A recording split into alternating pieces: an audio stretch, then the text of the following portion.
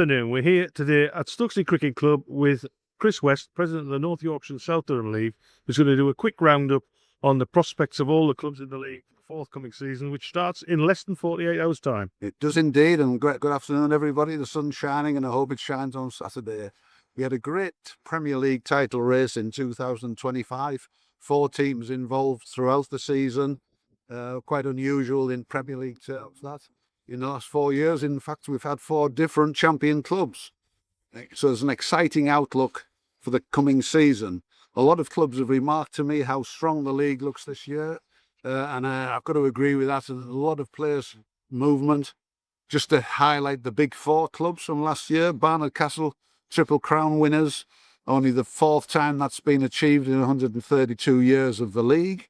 They've made an important signing in their overseas professional, Suminda Lakshan, who played for Great Ayton last year and had a fantastic season for them, even though they had their troubles and were relegated at the end of the season. But Lakshan had centuries, 9-wicket hauls and all sorts, so he adds a lot to the Barnard Castle team.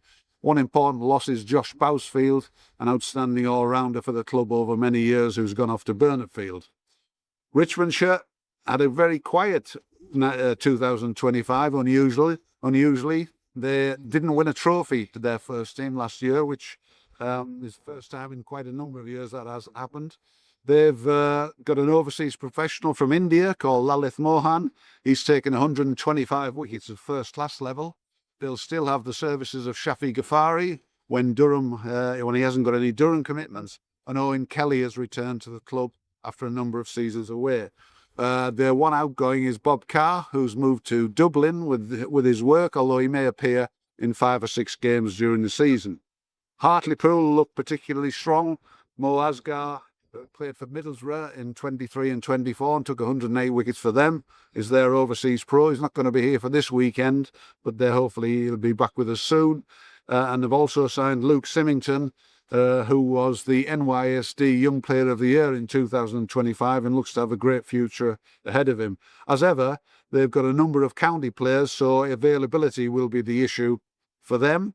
Martin, they were just missed out on the last day of the season for winning the league, but they've lost their overseas professional, Mohammed Irfan, who had a great season for them. He's been replaced by Asif Afridi, who's played 1 test match, and he's playing currently in the Pakistan Super League. Worth mentioning that in the 1 test match, he took 6 wickets in an innings against South Africa, the World Test Champions. They've also signed Dan Moriarty from Yorkshire.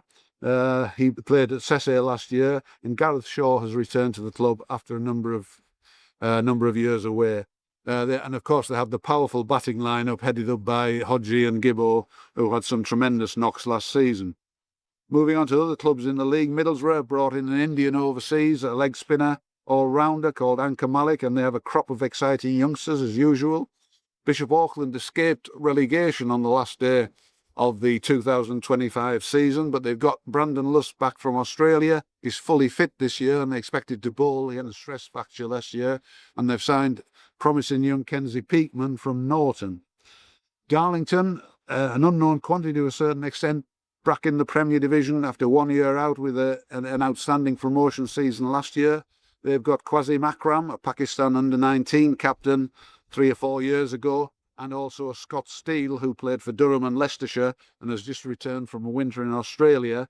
And with their crop of exciting youngsters, they're looking at a very strong season ahead of them. Darlington RA, the usual churn of players there. Their overseas is Jawad Ali from Pakistan. And they've also signed Colin Ackerman from Durham, who will play when his commitments at the county club permit. And they have also 4 or 5 others on board. But they've lost Sashi Sarasinghe, who's moved across to Saltburn. And that's a great signing for Saltburn. Sashi, of course, was the league's leading run scorer in 2025 with over 1,000 runs. But at Saltburn, it's all changed. Hussey Bakari hasn't come back, and the 2 Chisholms, Tom and Josh, have hung up the boots. And Lucas Parry, exciting youngster, has gone to work in London. They brought Mbassa Khan in as their overseas player, an all-rounder who's off-spinner, Sashi as well, and young Joe Emerson from Norton, another promising youngster. Stockton's overseas, is Hamid Adil, who's a pace bowler unusually, because most of the pros coming into the league these days are spinners. He's a pace bowler, likes swinging conditions evidently. Lewis Beaumont will be playing for the full season, so that's a bonus for them. Newly promoted Mask, back in the Premier Division, the first time since 2021. They've got a range of signings, including Rian Nadeem from Stockton, who scored a lot of runs for Stockton last year, and Hassan Raza from Newcastle City. They say their main aim is to survive, but I'm sure a lot of players in the league, or batsmen in the league, will enjoy going back and batting at Windy Hill Lane. But Stokesy had a good season last year. They finished fifth in the league, just outside the leading four. The Kerridge Cup final, and in the last few years they've had several cup finals, all of which finished as runners-up in those, but they have performed well at cup level. The pro last season, the Sri Lankan Sahan, he's coming back.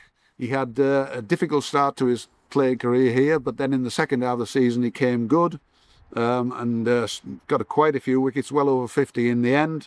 James Wheel is expected to play, have more availability this year, and Harry Harding struggled with fitness last year, but he's fully fit. So we hope to have just a stronger season here at Stokesley. Thank you, Chris. Thank you very much.